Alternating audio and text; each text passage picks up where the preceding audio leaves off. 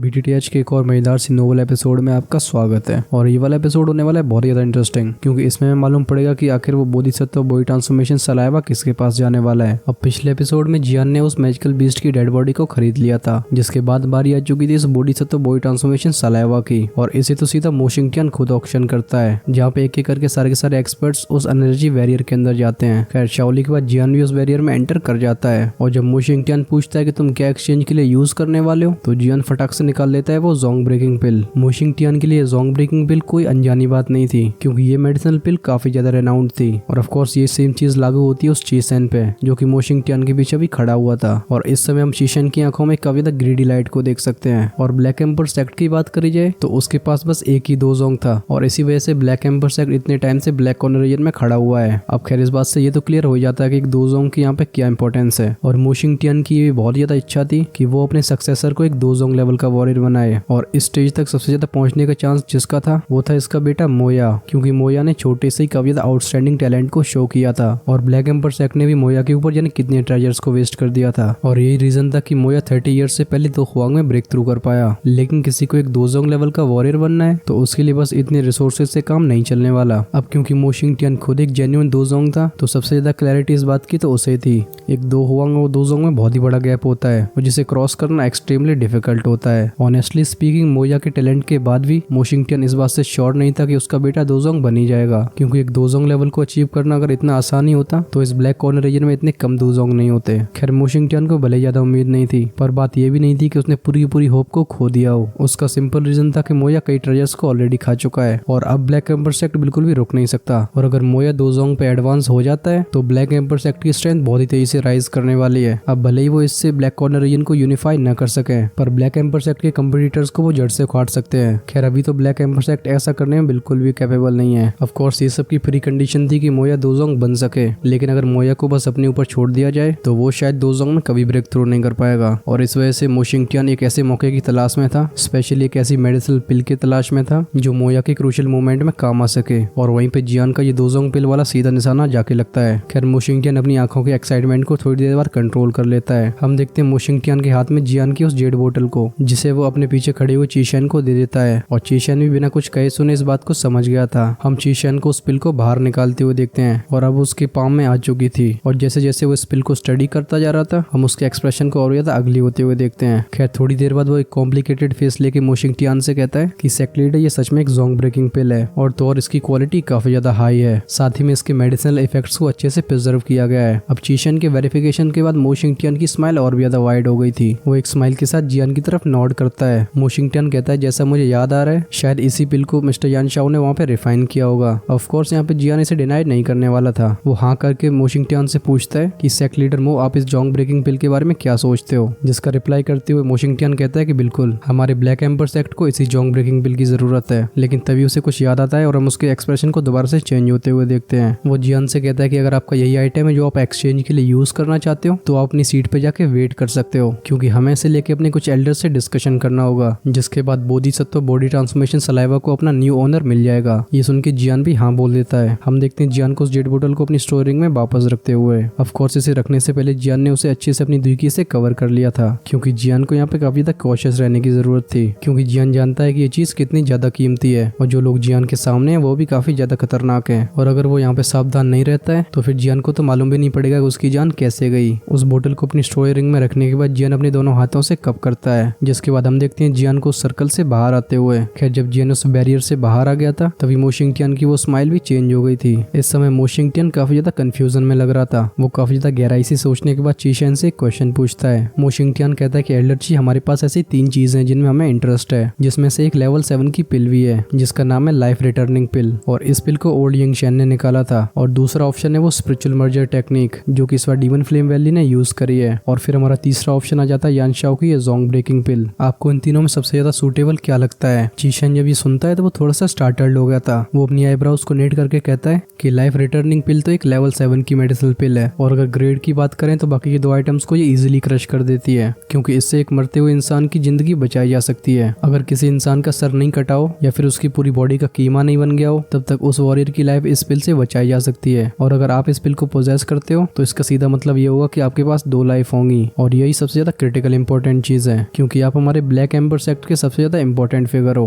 क्योंकि जब तक आप हमारे साथ रहोगे तब तक ब्लैक एम्बर सेक्ट की पोजीशन कहीं नहीं जाने वाली। और जहां तक बात रही स्पिरिचुअल मर्जर टेक्निक की, जिसे डीमन फ्लेम वैली पोजेस करती है, तो मैं ये बात तो एडमिट करता हूँ कि वो काफी ज्यादा यूनिक है, लेकिन ये टेक्निक डायरेक्टली स्पिरिट्स को सॉल्व करती है, जिसके कई सारे ड्रॉबैक्स भी हैं। खैर भाई लोगों में ये तो समझ में आ जाता है कि उन लोगों ने यहाँ पे दूसरी टेक्निक को यूज किया है, क्योंकि पिछली टेक्निक तो फ्लेम्स के ऊपर यूज करी जाती थी। चीशन आगे बोलता है कि भले इस टेक्निक को यूज करके किसी की स्ट्रेंथ थोड़े टाइम के लिए बढ़ाई जा सके, पर यह टेक्निक काफी ज्यादा डेंजरस भी है, और अगर हमारे ब्लैक एम्बर सेक्ट के ऊपर कोई बड़ी मुसीबत आ जाती है तो इसका यूज करके आप कुछ उलट पलट तो कर ही सकते हो, लेकिन नॉर्मल सर्कमस्टेंसेस में इसका कोई भी यूज नहीं है। और जिसके बाद हमारी आखिरी बात आती है जोंग ब्रेकिंग पिल की। अब भले ही एक सिर्फ लेवल 6 की मेडिसिनल पिल हो, लेकिन इससे 2 जोंग में ब्रेक करने के काफी ज्यादा चांसेस बढ़ जाते हैं। और अगर मैं अपने मन की बात करूं तो भले हम इस पिल को जूनियर सेक्ट लीडर को दे दें, पर फिर भी उनके 2 जोंग लेवल में ब्रेक थ्रू करने के चांसेस काफी ज्यादा कम होंगे। और एक बार वो अपने एडवांसमेंट में फेल हो जाते हैं तो हम इस मेडिसिनल पिल को भी एकदम वेस्ट समझ सकते हैं, और इस वजह से इस बोधिसत्व बॉडी ट्रांसफॉर्मेशन सलाइवा का कोई हमें रिटर्न मिलने वाला नहीं है। ऑफ कोर्स अगर हमारे जूनियर सेक्ट मास्टर सक्सीड होते हैं तो हमारे ब्लैक एम्बर सेक्ट के लिए बहुत ज्यादा बेनिफिट्स हैं। तो बेसिकली ये एक जुआ ही है। अब इस चीशन की इतनी खतरनाक एनालिटिकल स्किल्स को देख के तुम्हारे भाई की आंखें भी फटी की फटी रह गई थी, और यही सेम सरप्राइज वो मो शिंगटियान भी फील कर रहा था। और अभी उसका फेस देख के ऐसा लगता है वो काफी ज्यादा स्ट्रगल कर रहा है। हम उसे अपनी फिस्ट को जोर से क्लेंच करते हुए भी देखते हैं। मो शिंगटियान एक डीप आवाज में कहता है कि हम उसे ही चूज करेंगे। अब खैर किसे चूज करेंगे मो शिंगटियान ने ये आगे कुछ बोला नहीं था। अब खैर मो शिंगटियान एक डिसीजन पे पहुंच चुका था, तो चीशन भी आगे इंटरफेयर करता नहीं है। हम देखते हैं उसे धीरे से विड्रॉ होते हुए। तभी हमारा ध्यान जाता है जियान पे, जो कि अब उस लाइट पिलर से बाहर आ गया था, पर क्योंकि वो पूरी तरीके से काले कपड़े में लिपटा हुआ था तो जियान के एक्सप्रेशन को कोई भी नहीं देख सकता था। खैर इतने सारे लोगों के बीच में से जियान जाके अपनी सीट पे वापस बैठ जाता है। अब ऐसी बात नहीं है कि जियान के आने के बाद लोगों का आना जाना बंद हो गया हो। हम उसके बाद भी कई लोगों को उस एनर्जी पिलर के अंदर जाते हुए देखते हैं, लेकिन उन लोगों ने काफी ज्यादा एक्साइटमेंट से तो एंटर किया था, पर जब वो बाहर आते हैं तो वो काफी ज्यादा डिप्रेस्ड लग रहे थे। क्लियरली यहाँ पे ब्लैक एम्बर सेक्ट के स्टैंडर्ड्स काफी ज्यादा हाई चले गए थे। तभी हमारा ध्यान जाता है लिटिल फ्री डॉक्टर पे, जो कि जियान के साइड में बैठी हुई थी। वो जियान से पूछती है कि कैसा रहा, क्योंकि जियान जब तक उस लाइट पिलर के अंदर था लिटिल फ्री डॉक्टर को जियान की काफी ज्यादा चिंता हो रही थी। जियान एक गहरी सी सांस लेने के बाद कहता है कि ये उतना अच्छा भी नहीं रहा जितना मैंने सोचा था। लगता है मैंने बाकी लोगों के डिजायर्स को काफी ज्यादा अंडर एस्टिमेट कर दिया है, क्योंकि सच में लोग इस बोधिसत्व बॉडी ट्रांसफॉर्मेशन सलाइवा को पाने के लिए कुछ भी निकालने के लिए तैयार थे। क्योंकि जब जियान ने उस जोंग ब्रेकिंग पिल को बाहर निकाला था तो शुरुआत में तो वो मो शिंगटियान काफी ज्यादा एक्साइटेड दिख रहा था, लेकिन थोड़ी देर में जियान उसकी आंखों में काफी ज्यादा हेजिटेशन और स्ट्रगल को देख सकता है। क्लियरली जियान से पहले भी कई आइटम्स ऐसे आ चुके हैं जिनमें मो शिंगटियान काफी ज्यादा इंटरेस्टेड लग रहा था, और खासकर जियान की जोंग ब्रेकिंग पिल के बाद भी वो इतनी ज्यादा हेजिटेशन दिखा रहा था। इससे ये बात तो क्लियर हो ही जाती है कि मो शिंगटियान के पास कुछ ऐसे आइटम्स का भी ऑप्शन था जिनकी वैल्यू जियान की पिल से बिल्कुल भी कम नहीं थी, और यही रीजन था जिस वजह से जियान का कॉन्फिडेंस भी अब काफी ज्यादा कम हो गया था। खैर जियान की एक्सप्लेनेशन सुन के हमारी लिटिल फेरी डॉक्टर भी समझ जाती है। वो जियान को कंफर्ट करते हुए कहती है कि तुम्हें इतनी ज्यादा चिंता करने की जरूरत नहीं है, क्योंकि अगर हम इस बोधिसत्व बॉडी ट्रांसफॉर्मेशन सलाइवा की बिड को नहीं भी जीत पाए तो इसका सिंपली ये मतलब तो है नहीं कि हमारे पास बिल्कुल भी चांस नहीं है, क्योंकि यहाँ पे कई लोग ऐसे मौजूद हैं जिनकी इंटेंशंस हमसे बिल्कुल मैच करती हैं। अब बोली वाली शाओशियान के मुंह से जियान जब ये बात सुनता है तो वो एकदम स्टंड रह गया था। खैर तब उसे याद आता है कि हमारी लिटिल फेरी डॉक्टर भी पुरानी लड़की रही नहीं है। हम जियान की आंखों में कोल्डनेस को फ्लैश होते हुए देखते हैं। अब जियान भी पूरी तरीके से डिटरमाइंड हो चुका था कि अब चाहे यहाँ पे कुछ भी हो जाए, लेकिन ये बोधिसत्व बॉडी ट्रांसफॉर्मेशन सलाइवा को वो बिल्कुल ऑब्टेन करेगा, और अगर जियान इसे प्रॉपर मेथड से ऑब्टेन नहीं कर सकता है तो फिर जियान के पास बस एक ही आखिरी मेथड रह गया था। अब खैर जियान के दिमाग में जब ये थॉट्स चल रहे थे तभी हम उस ऑक्शन स्टेज के एनर्जी पिलर को थोड़ा सा डेमो होते हुए देखते हैं, और अब अंदर की सिचुएशन भी लोगों के सामने बिल्कुल क्लियर आ चुकी थी। मो शिंगटियान सबकी तरफ देख के एक स्माइल के साथ कहता है कि एवरीवन, हमारे ब्लैक एम्बर सेक्ट ने एक आइटम को चूज कर लिया है जिससे आप सभी को आपका वो फाइनल आंसर मिल जाएगा। मो शिंगटियान की ये कहते ही सबकी नजर उसके ऊपर चली जाती है। इन नजरों में काफी लोग सीरियस थे तो काफी लोग सैड, लेकिन इस समय सभी लोग काफी ज्यादा एंजाइटी को फील कर रहे थे। मो शिंगटियान हंस के कहता है कि हमारे सेक्ट के एल्डर्स एक डिसीजन पे पहुंचे हैं जिससे इस ऑक्शन का फाइनल विनर होने वाला है, और ये कहने के बाद वो जानबूझ के रुक जाता है। वो तब तक वेट करता रहता है जब तक लोग काफी ज्यादा इम्पेशेंट नहीं हो गए थे, जिसके बाद उसकी उंगली जाती है वीआईपी सीट्स की तरफ। मो शिंगटियान एक जगह की तरफ पॉइंट करके कहता है कि इस ऑक्शन के विनर हैं ओल्ड यंगशान, और जैसे ही मो शिंगटियान के शब्द उसके मुंह से निकले थे ये पूरा का पूरा ऑक्शन ग्राउंड एकदम डल मोमेंट में चला गया था। वहीं पे वीआईपी सीट्स में कई लोगों के फेस पे कोल्ड स्माइल आ गई थी। तभी हमारा ध्यान शिफ्ट होता है जियान की तरफ, जो एक गहरी सांस लेने के बाद इन शब्द को अपने मुंह से बोलता है। जियान कहता है ओल्ड यंगशान। हम उसकी स्लीव्स में उसकी फिस्ट को क्लेंच होते हुए देख सकते हैं, क्योंकि ये काफी ज्यादा अनएक्सपेक्टेड बात थी कि उसने एक दोजोंग पिल के निकालने के बाद भी इस ब्लैक एम्बर सेक्ट ने इस ओल्ड यंगशान को चुना है। तभी साइड में बैठी लिटिल फेरी डॉक्टर के फेस पे भी एक सरप्राइज फ्लैश होता है। वो जियान से हल्की आवाज में कहती है कि लगता है इस ओल्ड यंगशान का आइटम तुम्हारे आइटम से ज्यादा वैल्यूएबल था, और ऑफ कोर्स हमारा जियान भी इस बात से बिल्कुल एग्री करता था। इस समय जियान उस ओल्ड मैन की तरफ घूरे जा रहा था, पर जियान के फेस पे कोई डल एक्सप्रेशन नहीं बल्कि खुशी वाला एक्सप्रेशन था। लेकिन बस जियान को ये समझ में नहीं नहीं आ रहा था कि ओल्ड यंग शेन कौन है, क्योंकि उसे ऐसा लग रहा था कि ये ब्लैक कॉर्नर रीजन के अंदर किसी इंसान का टाइटल भी हो सकता है। अब खैर ये बुड्ढा एक ओल्डर जनरेशन का तो था ही, वरना ऐसे कैसे होता कि जियान ने इसका नाम कभी सुना ना हो। खैर इस ऑक्शन हॉल में ये साइलेंस बस कुछ ही समय के लिए ठहरता है, जिसके बाद हम अचानक से एक अप्रोर को देख सकते हैं और अब सारे लोग इस ओल्ड मैन को देख के अपने अपने अलग विचार व्यक्त कर रहे थे। एक बंदा कहता है ओल्ड यंग शेन, ये तो वही ओल्ड यंग शेन है जो कि ब्लैक रैंकिंग में काफी समय पहले टॉप 3 में था, क्या ये सच में अभी तक जिंदा है? तब एक दूसरा इंसान कहता है कि ये तो कभी मरा ही नहीं था, बस ये बुड्ढा एक रिट्रीट में जाके छिप गया था। सरप्राइज की बात है कि हम इस ओल्डर जनरेशन के इंसान को अभी देख सकते हैं, क्योंकि एक समय में इसने ब्लैक कॉर्नर रीजन को पूरी तरीके से हिला दिया था। लगता है हमारे यहाँ पे आने की ट्रिप बिल्कुल भी वेस्ट नहीं गई है। तभी दूसरा बंदा कहता है कि उस समय ये तो हुआंग क्लास के पीक पे था। चलो खैर इतने सालों बाद इसने फाइनली दोजोंग में ब्रेक थ्रू कर ही लिया। अब खैर ये सारा का सारा नॉइस बस नॉर्मल लोगों के बीच में फैला हुआ था, क्योंकि वीआईपी सीट्स में तो एक अनयूजुअल प्रेशर फैला हुआ था। इस समय कई नजरें बस इस बुड्ढे के ऊपर टिकी हुई थी, क्योंकि भले ही इस ओल्ड यंग शेन की ब्लैक कॉर्नर रीजन में काफी ज्यादा रेपुटेशन हो, पर बोधिसत्व बॉडी ट्रांसफॉर्मेशन सलाइवा के सामने कोई भी अपोनेंट को इग्नोर किया जा सकता है। अब ऑफ कोर्स यहाँ पे हम दोशेंग लेवल के फाइटर्स की बात नहीं कर रहे हैं,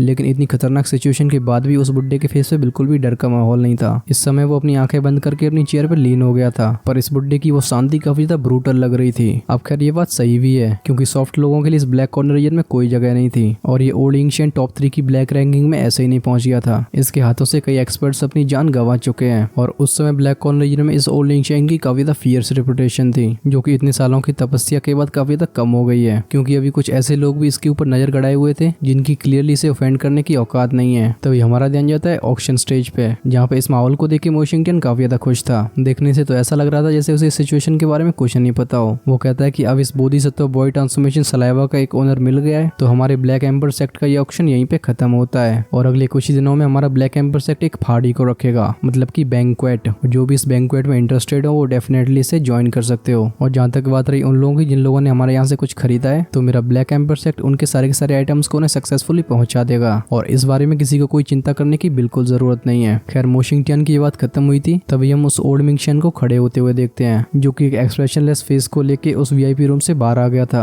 अब खैर ओल्ड यंग शेन की इस मूवमेंट को देख के और भी वीआईपी सीट्स के लोग खड़े होने लगे थे, जो कि सारे के सारे उस ऑक्शन ग्राउंड की तरफ आने लगते हैं। वहीं पे जब जियान अपने पावरफुल स्पिरिचुअल परसेप्शन का यूज करता है, तो वो ये क्लियरली पता लगा पा रहा था कि इनमें से आधे से ज्यादा लोग एक डार्क एक्सप्रेशन के साथ यहाँ पे आ रहे हैं, और खासकर इनके किलिंग इंटेंट को जियान दूर से ही फील कर पा रहा था। हम जियान को भी वहां से बाहर जाते हुए देखते हैं, और ऑफ कोर्स हमारी लिटिल फेरी डॉक्टर और जिया उसके पीछे थे। जियान हंस के कहता है कि अब असली शो तो यहाँ पे शुरू होने वाला है, और आगे आने वाले समय में काफी ज्यादा खून खराबा दिख सकता है। खैर जैसे जियान अपनी वीआईपी सीट से एग्जिट हुआ था, तभी जियान के कानों में एक हंसने की आवाज आती है, और इस वजह से जियान के ग्रुप के फुटस्टेप्स भी वहीं पे पॉज हो चुके थे। जब वो पीछे मुड़ के देखता है तो डीमन फ्लेम वैली के लोग उसकी तरफ आ रहे थे। जियान एक डीप आवाज में कहता है कि क्या आपको कोई परेशानी है? ये सुन के फंगयान तो पहले अपने दोनों हाथों को कप करता है। वो एक स्माइल के साथ खुद को इंट्रोड्यूस करते हुए कहता है कि मैं डीमन फ्लेम वैली का फर्स्ट एल्डर हूँ, और मेरा नाम है फंगयान। क्या मैं तुम्हारा नाम जान सकता हूँ? जियान कहता है कि मेरा फर्स्ट नेम है यान। क्या फर्स्ट एल्डर फंगयान को कोई परेशानी है? अब खैर जियान अपना पूरा नाम बताने के मूड में नहीं था। फंगयान भी इस बात को समझ लेता है। वो फटाक से टॉपिक चेंज करते हुए कहता है कि मिस्टर यान की मेडिसिन स्किन्स तो बहुत ज्यादा खतरनाक हैं, और मेरी नजर में तो आप ब्लैक कॉर्नर रीजन में सबसे ज्यादा बेस्ट भी कंसिडर करे जा सकते हो। मैं आपके पास इसलिए आया हूँ क्योंकि मुझे लगता है कि आप भी इस बोधिसत्व बॉडी ट्रांसफॉर्मेशन सलाइवा में काफी ज्यादा इंटरेस्टेड लग रहे हो। ये सुन के जियान अपनी आंखों को नैरो कर लेता है। जियान पूछता है तुम्हें ऐसा क्यों लगता है? जिसका रिप्लाई करते हुए फंगयान कहता है कि अगर मिस्टर यान को इस बोधिसत्व बॉडी ट्रांसफॉर्मेशन सलाइवा में इंटरेस्ट हो, तो हम शायद यहाँ पे कोऑपरेट भी कर सकते हैं, क्योंकि वो ओल्ड यंग शेन ब्लैक कॉर्नर रीजन का एक पुराना एक्सपर्ट है, और सच में वो काफी ज्यादा स्ट्रॉन्ग है। इसलिए तुम अगर अकेले एक्शन लेते हो तो उस बोधिसत्व बॉडी ट्रांसफॉर्मेशन सलाइवा को स्नैच करने में तुम्हें काफी ज्यादा डिफिकल्टी का सामना करना पड़ेगा। वो लिटिल फेरी डॉक्टर की तरफ देख के कहता है मैं ये बात तब कह रहा हूँ जब तुम इस यंग लेडी को भी इंक्लूड कर लेते हो। अब खैर अभी जियान के फेस पे एक रेडिक्यूल वाला एक्सप्रेशन आ गया था, पर खैर इस ब्लैक रोब की वजह से कोई देख नहीं पाता है। जियान अपना सिर हिलाते हुए कहता है कि मैं फर्स्ट एल्डर फंगयान के इस आइडिया में बिल्कुल इंटरेस्टेड नहीं हूँ, इसलिए मुझे माफ करना। खैर ये कहते कहते जियान की नजर फंगयान के पीछे चली गई थी, जहाँ पे वो मिस्टीरियस ग्रे रोब्ड इंसान भी था। खैर ये कहने के बाद हम जियान के ग्रुप को फटाक से उस टनल की तरफ जाते हुए देखते हैं, और जब जियान उसके आइडिया को पूरी तरीके से रिजेक्ट कर देता है, तो हम फंगयान की आंखों में एक चिल को फ्लैश होते हुए देखते हैं। जियान को देखते हुए एक डीमन फ्लेम वैली का एल्डर कहता है कि ये लड़का बहुत ही ज्यादा एरोगेंट है। क्या कहीं इसे ऐसा तो नहीं लगता कि अकेले ओल्ड यंग शेन को हरा सकता है, क्योंकि भले ही वो दोजोंग लड़की इसके साइड में हो, लेकिन फिर भी ऐसा बिल्कुल ही पॉसिबल नहीं है। अब खैर इस तरीके का गुस्सा बिल्कुल नॉर्मल भी था,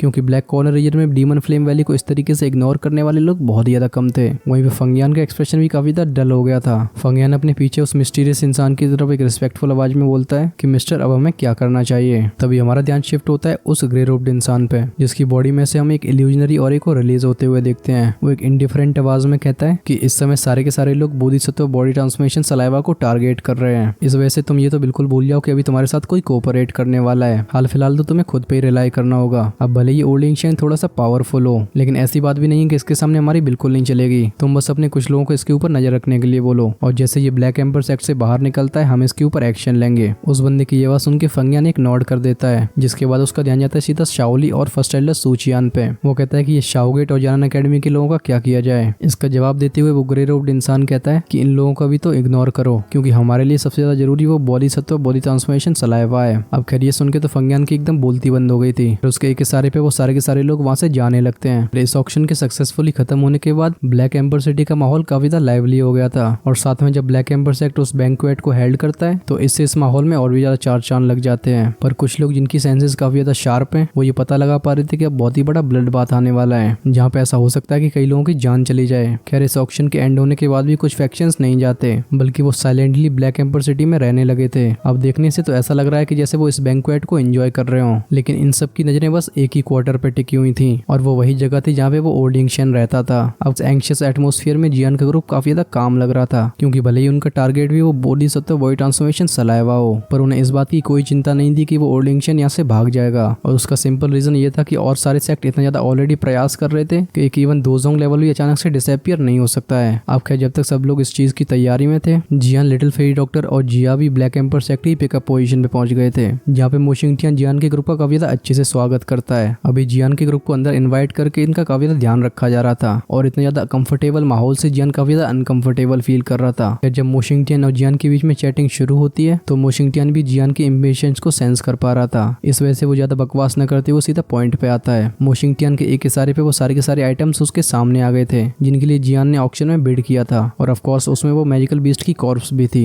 मोशिंगटियन कहता है कि मिस्टर यानशाओ ये आपके सारे के सारे आइटम्स हैं, आप इन्हें अपने हाथों से चेक भी कर सकते हो। खैर आखिर हमारा जियान भी यहाँ पे हेजिटेट कैसे करता, और खासकर जब बात रही मैजिकल बीस्ट की कॉर्प्स की, तो जियान इस बारे में तो काफी ज्यादा केयरफुल रहना चाहता था। वो काफी टाइम तक हर एक चीज को चेक करता रहता है, लेकिन जब उसे कोई परेशानी नहीं दिखती है तो हम फाइनली उसे एक नॉड करते हुए देखते हैं। जियान के एक फ्लिक पे वो सारे के सारे मेडिसिनल पिल्स और गोल्ड कॉइन्स उस टेबल पे आ चुके थे, जो कि अभी जियान और मोशिंगटियन के सामने रखी हुई थी। जियान कहता है कि सेक्ट लीडर मो आप इन चीजों को देख सकते हो, पर मोशिंगटियन का तो आज कुछ और ही इरादा था। वो अपना सिर हिलाते हुए कहता है कि इस चीज की कोई जरूरत नहीं है, मैं मिस्टर यानशाओ पे पूरी तरीके से ट्रस्ट करता हूँ। ये सुन के जियान भी स्माइल करने लगता है। जियान कहता है अगर ऐसी बात है तो मैं आपसे गुड बाय कहता हूँ। अब ये बोलते बोलते मुझे भी हंसी आ रही थी। जियान जैसे जाने के लिए मुड़ने वाला था, मोशिंगटियन उसे फटाक से रोकता है। वो कहता है मिस्टर यानशाओ एक और बात करनी है। जियान कहता है क्या बात। अब जियान का ऐसा बिहेवियर देख के मोशिंगटियन काफी ज्यादा ऑकवर्ड फील कर रहा था। वो एक सूखी हंसी के साथ अपने हाथों को एक दूसरे में रब करने लगता है। मोशिंगटियन कहता है कि मिस्टर यानशाओ मैं ये जानना चाहता हूँ कि आप उस जोंग ब्रेकिंग पिल को किसी तरीके से एक्सचेंज करने के लिए राजी हो। जब जियान ये बात सुनता है तो हम उसके फेस पे कोल्ड स्माइल को आते हुए देखते हैं, क्योंकि जियान को भी ऐसा लग रहा था कि ये बुड्ढा उसकी जोंग ब्रेकिंग पिल के पीछे है। हम देखते हैं जियान को अपनी ब्लैक दुपंग को खींचते हुए। वो कहता है क्या हुआ सेक्ट लीडर मो, आप कुछ समय पहले मेरी जोंग ब्रेकिंग पिल को काफी ज्यादा हल्के में ले रहे थे। अब ये सुन के तो मोशिंगटियन और ज्यादा ऑकवर्ड फील कर रहा था,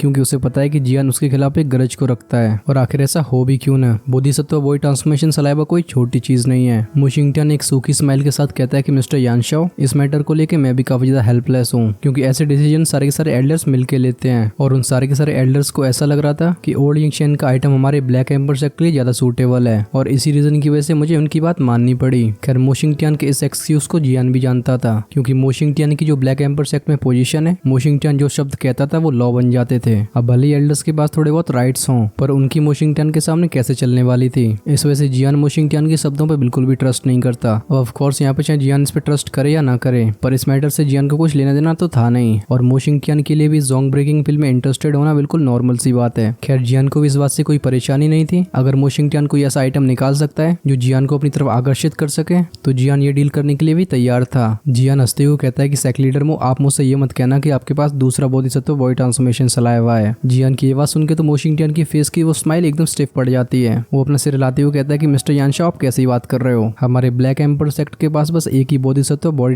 ट्रांसफॉर्मेशन सलाइवा था और जिसे हमें ओल्ड यिंगचैन को तो देना ही होगा। खैर इसका रिप्लाई हमारा जियान भी सिर हिलाते हुए देता है। जियान कहता है लेकिन मैं तो बस इस बोधिसत्व बॉडी ट्रांसफॉर्मेशन सलाइवा में इंटरेस्टेड हूँ। और अगर बात रही और चीजों की, ये सुन के मोशिंगटियन एकदम एक्साइटेड हो गया था। वो जियान से कहता है कि हमारे बीच में सब कुछ डिस्कस हो सकता है, क्यों ना हमारा ब्लैक एम्पर सेक्ट आपको जड़ी बूटियां प्रोवाइड करे जिससे आप हमारे लिए उस जोंग ब्रेकिंग पिल को रिफाइन कर पाओ। फिर चाहे आप कितनी भी जोंग ब्रेकिंग पिल को रिफाइन करो, हमें उनमें से बस एक ही पिल चाहिए और बाकी की सारी पिल्स तुम रख सकते हो, क्या कहते हो? जब जियान ये सुनता है तो उसकी टोन एकदम कोल्ड हो गई थी, क्योंकि उस बुड्ढे के पास कोई शर्म नाम की चीज तो थी ही नहीं। जियान कहता है कि चलो छोड़ो इस बात को, क्योंकि मेरे पास इस ब्लैक एम्पर सेक्ट में और भी ज्यादा रहने का टाइम नहीं है, खासकर जब मुझे तुम्हारे लिए इस पिल को रिफाइन करना पड़े। और ये कहने के साथ ही जियान, जिया और लिटिल फेट डॉक्टर वहां से चले गए थे। वहीं पे मोशिंगटियन का फेस एक्सप्रेशन एकदम लाल पीला हरा हो रहा था। थोड़ी देर बाद हम उसकी आंखों में ग्लूमिनेस को अपीयर होता हुआ देखते हैं। हम देखते हैं उसके हाथों को तेजी से टेबल में टकराते हुए, जिससे वो टेबल पूरी तरीके से पाउडर में बदल गई थी। अब इस आवाज को सुन के बाहर खड़े लोग तुरंत ही अट्रैक्ट हो गए थे, जो कि फटाक से उस रूम में एंटर कर लेते हैं। और इन लोगों में ऑफकोर्स मोया और चीशेन भी थे।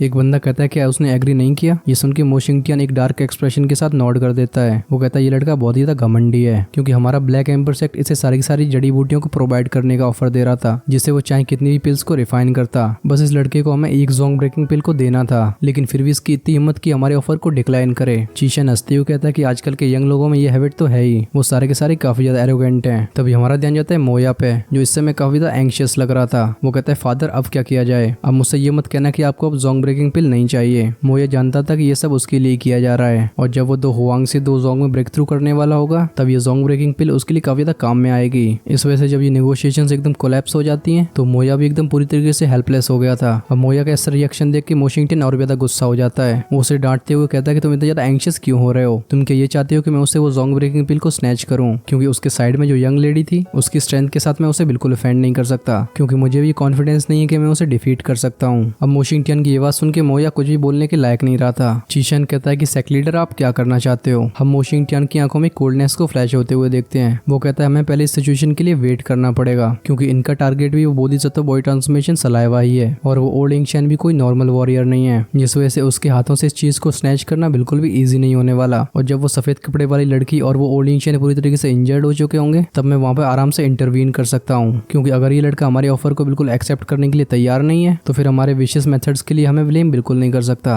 ये सुन के मोया भी एक रिलीफ को फील करता है। जहाँ पे जियान का ग्रुप डिसअपियर हुआ था, इस समय मोया उस स्पॉट को काफी जेलस तरीके से देख रहा था। वहीं पे जब जियान उस ब्लैक एम्पर सेक्ट से बाहर आया था, तो हम उसके फेस पे एक मॉकिंग स्माइल को देख सकते हैं, क्योंकि ये ओल्ड मैन डिमांड कर रहा था कि जियान उसके लिए स्पेसिफिकली जोंग ब्रेकिंग पिल को रिफाइन करे। ओरिजिनली जियान की ग्रज बस इस बात से थी कि इस बुड्ढे ने बस ओल्ड यिंगचैन के आइटम को चूज किया, लेकिन अब जियान को क्लियरली समझ में आ रहा था कि वो एक हाथ में लड्डू तो एक हाथ में रसगुल्ला दोनों चाहता है। इधर उसने उस ओल्ड यिंगचैन का वो आइटम भी ले लिया, और दूसरी तरफ वो जियान से उस जोंग ब्रेकिंग पिल को भी चाहता था। और जोंग ब्रेकिंग पिल की जड़ी बूटियां कुछ ऐसी चीजें नहीं थी जिन्हें जियान की अभी हाल फिलहाल जरूरत पड़ने वाली है। इस वजह से जियान को वहां पर रह के टाइम बर्बाद करने की जरूरत नहीं थी। और दूसरी बात ये थी कि जियान की आंखों में उन जड़ी बूटियों की कोई खास वैल्यू थी नहीं, और ये इसलिए था क्योंकि हमारे जियान के साथ है हमारी जिया, और उसकी फैंटास्टिक सेंस ऑफ स्मेल की वजह से जियान को इंग्रेडिएंट्स को ढूंढने में कोई परेशानी नहीं होती थी। तभी हमारा ध्यान जाता है लिटिल फ्री डॉक्टर पे, जो कि अभी जियान के साइड में चल रही थी। जब वो जियान की इस गुस्से वाली स्माइल को नोटिस करती है, तो वो कहती है कि जोंग ब्रेकिंग पिल बहुत ही ज्यादा वैल्यूएबल चीज है, और उस बुड्ढे को ये क्लियरली पता था कि वो इसके एक्सचेंज के बदले में कोई वैल्यूएबल आइटम को नहीं निकाल सकता है, लेकिन फिर भी वो इस मौके को बिल्कुल जाने नहीं देना चाहता था, और ये रीजन रहा कि उसने इस मेथड को चूज किया। अब ऐसा भी हो सकता है कि वो अपने दिल में ये सोच रहा हो कि इस डील से तुम्हें काफी ज्यादा फायदा होगा। तभी हमारा ध्यान जाता है जिया पे। वो एक डिस्डेन के साथ कहती है कि बुड्ढा सच में क्लिट दो जोंग है, क्योंकि ये तो सच में बहुत ही ज्यादा स्ट्रिंजी था, क्योंकि जिया की आंखों में वो जड़ी बूटियां कोई बहुत ही ज्यादा इंपॉर्टेंट चीजें नहीं थी। उसका सिंपल रीजन ये था कि जब भी वो माउंटेन में जाएगी, जिया अपनी सेंसेस का यूज करके काफी अच्छे लेवल के मेडिसिनल इंग्रेडिएंट्स को ढूंढ सकती है, जो कि इनसे भी काफी ज्यादा एनर्जी को कंटेन करते हो। अब ये बुड्ढा जिस तरीके की ट्रिक को खेल रहा था, जिया जानती थी कि जोंग ब्रेकिंग पिल के सामने ये इतनी वैल्यूएबल है नहीं। जियान मोशिंगटियन को कोसते हुए कहता है कि अगर ये बुड्ढा मेरे साथ उस बोधिसत्व बॉडी ट्रांसफॉर्मेशन सलाइवा को एक्सचेंज ही कर लेता, तो क्या इसकी जान जा रही थी, क्योंकि इस चीज से हम दोनों का फायदा ही होने वाला था। अब जियान को इस तरीके से बड़बड़ाते हुए देख हमारे लिटिल फेट डॉक्टर के फेस पे एक स्माइल आ गई थी। वो समझ गई थी कि जियान इस मोशिंगटियन के खिलाफ एक ग्रज को लेके बैठ गया है। खैर जियान के इन थॉट्स को समझना बिल्कुल भी मुश्किल बात नहीं थी। अब ये बोधिसत्व बॉडी ट्रांसफॉर्मेशन सलाइवा उस ओल्ड यिंगचैन के हाथ में है, और खासकर अब उसके हाथों से उसे स्नैच करना काफी ज्यादा डिफिकल्ट होगा। शाओशियान कहती है कि तुम इतनी ज्यादा चिंता मत करो, क्योंकि ऐसी बात नहीं है कि सिर्फ हम ही इस बोधिसत्व बॉडी ट्रांसफॉर्मेशन सलाइवा को टारगेट कर रहे हैं। हमें बस यहाँ पे थोड़ा सा वेट करना होगा, और जब दूसरी पार्टी एक दूसरे में लड़ के एकदम वीक हो जाएगी, तो हम उस सिचुएशन का फायदा भी उठा सकते हैं। लेकिन अब तुमने उस मोशिंगटियन के ऑफर को ठुकरा दिया है, तो शायद वो इस बात को ऐसे आसानी से इग्नोर नहीं करेगा। इस वजह से तुम्हें भी उस बुड्ढे को लेकर काफी ज्यादा केयरफुल रहना चाहिए। ये सुन के हमारा जियान भी हाँ बोल देता है। अब जियान ने अपने पैर उस ब्लैक एम्पर सेक्टर की बाउंड्री से बाहर ही रखे थे, तभी हम एक ग्रे कलर के फिगर को उसके सामने से क्रॉस करते हुए देखते हैं। और जब जियान इसकी अपीयरेंस को ध्यान से देखता है तो हम उसके एक्सप्रेशन को फटाक से चेंज होते हुए देखते हैं, क्योंकि सरप्राइजिंगली ये तो वही ओडिंग शेन था। जब ओडिंग शेन आगे जा रहा था तो हम उसकी नजरों को कई बार जियान के ऊपर आते हुए देखते हैं, और उसकी आंखें तब एकदम फियर्स हो गई थी जब वो लिटिल फेई डॉक्टर की तरफ देखता है। ओडिंग शेन की बॉडी मूव होती है, वो स्ट्रेंजली ब्लैक एम्बर सेक्टर के अंदर चला गया था। और जब ये बुड्ढा पूरी तरीके से डिसअपियर हो गया था तभी जियान थोड़ा सा रिलैक्स फील करता है। जियान कहता है कि ये लगता है बोधिसत्व बॉडी ट्रांसफॉर्मेशन सलाइवा को लेने के लिए आया है। इस बात पे लिटिल फेई डॉक्टर नॉड कर देती है। जियान अपने दुपंग को पुल करते हुए कहता है कि इसके एक्शन से तो ऐसा लग रहा है जैसे ये ब्लैक एम्बर सेक्टर से बाहर जाने के मूड में है। ये सुन के शाओशियान कहती है कि इसका इंतजार तो बहुत सारे फैक्शंस कर रहे हैं, और जैसे ये ब्लैक एम्बर सेक्टर से बाहर जाता है इसके ऊपर एक के बाद एक अटैक्स आने शुरू हो जाएंगे। हम उसकी ग्रेस पर्पल आंखों को थोड़ा सा फ्लैश होते हुए देखते हैं। वो ये सेंस कर पा रही थी कि इस ब्लैक एम्पर सेक्टर के बाहर से कई लोग इस जगह को काफी ज्यादा ध्यान से देख रहे हैं। खैर इस मैटर के कुछ ही मिनट्स बाद ओडिंग शेन के ब्लैक एम्पर सेक्टर में जाने की बात पूरी फैल जाती है, और अब सारी फैक्शंस को ये न्यूज मिल चुकी थी। लिटिल फेई डॉक्टर कहती है कि अब हमें क्या करना चाहिए। खैर ये सवाल तो हमारे जियान के दिमाग में भी था। वो थोड़े से गहराई से सोचने के बाद कहता है कि चलो हम पहले फर्स्ट एल्डर सूचेन और सेकंड ब्रदर के पास चलते हैं, क्योंकि अगर हमें उनकी हेल्प मिल जाती है तो हमारे लिए चीजें काफी ज्यादा आसान हो सकती हैं। और ये कहने के बाद जियान हेजिटेट करना छोड़ देता है, और अब इस ग्रुप की डायरेक्शन थी सीधी शाओ गेट की तरफ। तभी हमारा ध्यान शिफ्ट होता है एक बड़े से हॉल में। हम यहाँ पे अभी कई फिगर्स को देख सकते हैं। सरप्राइजिंगली यहाँ पे शाओली, फर्स्ट एल्डर सूजियन और बाकी के लोग थे। अभी शाओ गेट के लोग ब्लैक एम्पर पवेलियन में नहीं रह रहे थे, बल्कि इन लोगों ने सिटी के अंदर एक रेजिडेंट को बुक किया था। तभी हमारा ध्यान शिफ्ट होता है शाओली पे, जो कि अभी लीडर की पोजीशन पे बैठा हुआ था। वो सीरियस एक्सप्रेशन के साथ शाओ गेट के एल्डर से कहता है कि एल्डर, क्या आपको डीमन फ्लेम वैली के लोगों की कोई न्यूज मिली? ये सुन के वो ओल्ड मैन रिप्लाई करता है कि sect leader, demon flame valley के लोग ऑलरेडी सिटी को छोड़ चुके हैं, लेकिन ये अभी ज्यादा दूर नहीं पहुंच पाए हैं। इन लोगों ने सिटी से बस थोड़ी दूर पे कुछ कैंप्स बनाए हुए हैं, जिससे ये बात क्लियर हो जाती है कि ये ओल्ड इंक्शन का वेट कर रहे हैं। ये सुन के शाओली के फेस पे एक कोल्ड स्माइल आ गई थी। वो कहता है सच में इन लोगों ने अपनी नजरें उस बोधिसत्व बॉडी ट्रांसफॉर्मेशन सलाइवा पे लगा रखी हैं। जिसके बाद शाओली अपनी नजरें घुमाता है फर्स्ट एल्डर सूचियान की तरफ। वो उनके ओपिनियन को पूछने वाला होता है, तभी हम उसके एक्सप्रेशन को अचानक से चेंज होते हुए देखते हैं। फर्स्ट एल्डर सूचियन फटाक से खड़े होकर चिल्लाते हैं कि कौन है यहाँ पे। एल्डर सूचियन की ये बात सुन के लोग काफी ज्यादा स्टार्टल्ड हो जाते हैं। खैर अगले ही मोमेंट में उनका ये डाउट क्लियर भी हो गया था,